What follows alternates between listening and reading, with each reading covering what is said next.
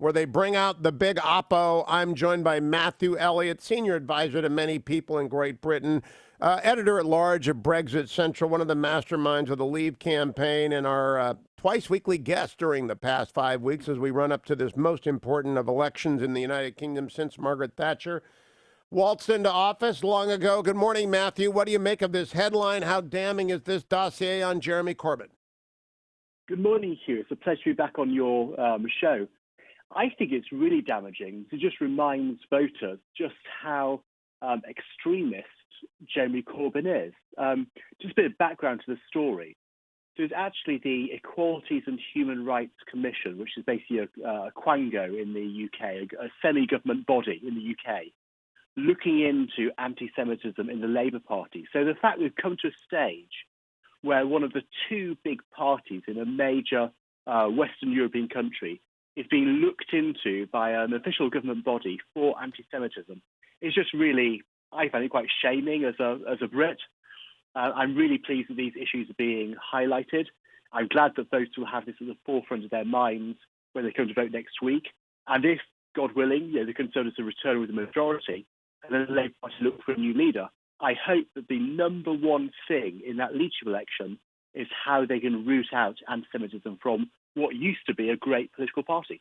Now, I am curious. I saw yesterday that the S&P leader had been felled by an independent analysis by an esteemed economics think tank that her budget was worse than even the budgets of the Labor government offering to give everyone everything for free, including labor railroad passes. They just leveled her. Matthew Elliott, is there a chance that the North will wake up as well? I just don't think so. I've got a feeling in Scotland that the SNP will sadly make some gains against some of the parties. But from what I'm hearing, the 13 Scottish Conservative seats are looking in very good shape. Just to remind you, at the beginning of the campaign, there was a big fear that the Conservative Party would be wiped out in Scotland. Now, because Nicola Sturgeon has talked so much about having a second Scottish independence referendum, the Unionist voters in Scotland are now rallying behind the Conservatives as being the only party who's really against having that second Scottish referendum and wants to keep the UK together. So the Conservatives should be okay.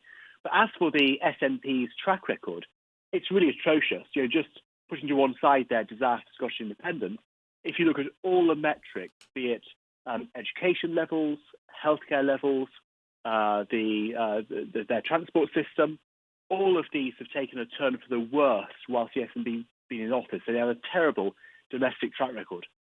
Now, I want to go back to this Telegraph article on Jeremy Corbyn's anti-Semitism and his cover-up. Yeah. Quote, a former Labor Justice Secretary, Lord Falconer, said the dossier was, quote, utterly damning. Is it widely reported, or is it limited to the center-right press that the Telegraph is undeniably part of? It is very widely reported, and when Labour spokespeople go out on television, interviewers usually ask them about anti-Semitism within the Labour Party.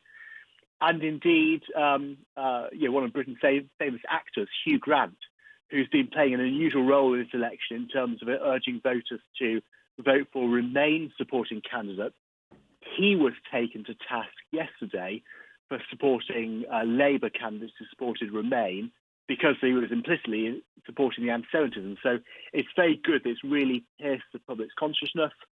I just hope the Labour Party can clear themselves up after the election, because looking at this from a sort of slightly more non-party point of view, democracies work well when there are two parties which are competing against each other and holding each other accountable. Sadly, at the moment, the Labour Party isn't in a fit state to do that. And I hope the Labour Party roots out the anti-Semitism, gets back on track with a mainstream leader, and is a viable political force again, so we can have a viable democracy in the UK. Now, Matthew Elliott, and if you're listening, you've just joined. We just added an affiliate in, we're out in California. We just added Eureka. So if you're new to the Hugh Hewitt Show, Matthew Elliott, longtime fixture of British politics. He's been joining us for the past many weeks as we've gotten ready for the most important election. You can follow him on Twitter at Matthew_Elliott, 2 L's, 2 T's, or via at Brexit Central, which is easy to remember, but I think you want Matthew Elliott yourself in your feed. Matthew, the polls, I imagine, are being done daily. by both parties or all parties, and you probably have your ear to the ground a little bit better than most. Are they continuing to tick down and towards a closer election, or have they stabilized and begun an ascent for Boris Johnson? They've really stabilised. So basically, the current average lead for the Conservative Party over the Labour Party and the other parties is a 10% lead. And most of the election gurus say that if the Conservative Party poll more than a 6% lead on election day, they'll get in with a majority, albeit a small majority. So at the moment, the average lead is 10%, which points to a majority of between 20 and 40 in the House of Commons after the election. Now, what could change between now and then? Frankly, I can't really think of any more events that could come along. There's one more key debate, but I can't see that having a huge amount of difference. But the bigger known is, of course, on election day, who turns out to vote. Just one little fact. It's been forecast by one weather forecaster that next week there could be 11 inches of snow in the UK. So how that Oh my gosh! Out, I'm not sure. I know. So voting in the middle of winter in deep snow, how that will work out, I'm not sure. And also, curiously, 3.2 million new voters have registered to vote in this election during the election campaign. Now, some of those will be duplicates on the electoral roll, but a lot of them are younger people. So whether or not that will have an effect come election day, who knows? But as things stand, Boris Johnson has a 10-point lead, which will translate into a majority of between 20 and 40.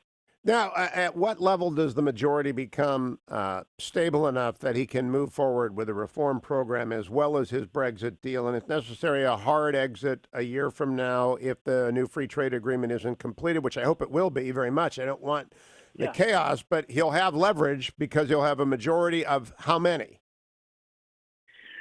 Well, frankly, having even a majority of one is better than having a hung parliament, of course. So it'd be an end to the backroom deals they had to do. But you're right, to be comfortable, I would say over 20 will be good. All the candidates have signed up to passing the withdrawal agreement. But as you point out, there'll be more votes down the line when it comes to the free trade agreement and the next phase of the negotiation. So I think he's sitting pretty if he's anything above 20, really. And crucially, unlike back in the 1970s and 1980s, of course, where members of parliament used to be slightly older, and of course, many more people were drinking and smoking and all sorts of things. Then you used to have a by-election every month, virtually, so a majority could erode very quickly. But I think the majority of 20 would see him through the parliament. But as I say, I hope it's more than that. Now, he handpicked everyone, or at least vetted everyone to make sure they were on board with his deal. He made that point. Every single... Are they on board with the rest of the manifesto, or does the coalition begin to break down on things like tax cuts and police hikes and NIH spending, NHS spending, whatever it is? Yes. So unusually, we're going into this election with talking about certain spending pledges, and often the Conservative Party haven't done that. They've been stressing sort of lean spending, if you like. And I think the mood of the electorate had changed slightly, and people had felt that with 10 years of austerity since the financial crisis, they wanted to see the government spend a little bit more money. And of course, with the Brexit dividend from leaving the EU, there was a bit more money to spend. So rightly, the Conservative Party has committed more money to the NHS, like you say, to extra policemen, to extra nurses, some more money for schools. That's all well and good. Now, I think the crucial thing, though, is that after in the new year, once the Brexit deal is through, there'll be a budget that's been announced in early February. And I worked very closely with Sajid Javid, who's the Chancellor over here, the Chief Finance Minister, if you like, and he'll be delivering that budget in February.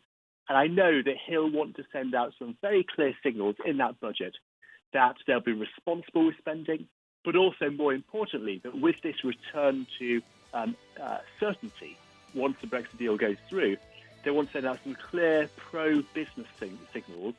So, investment starts to flow and people feel confident start investing. So that will be great. Very quickly, Matthew, will there be an uptick in defense spending in the United Kingdom that is significant? Absolutely. We're committed to 2% plus more. That is what I wanted to hear. Matthew Elliott, always a pleasure. Follow him on Twitter at Matthew_Elliott.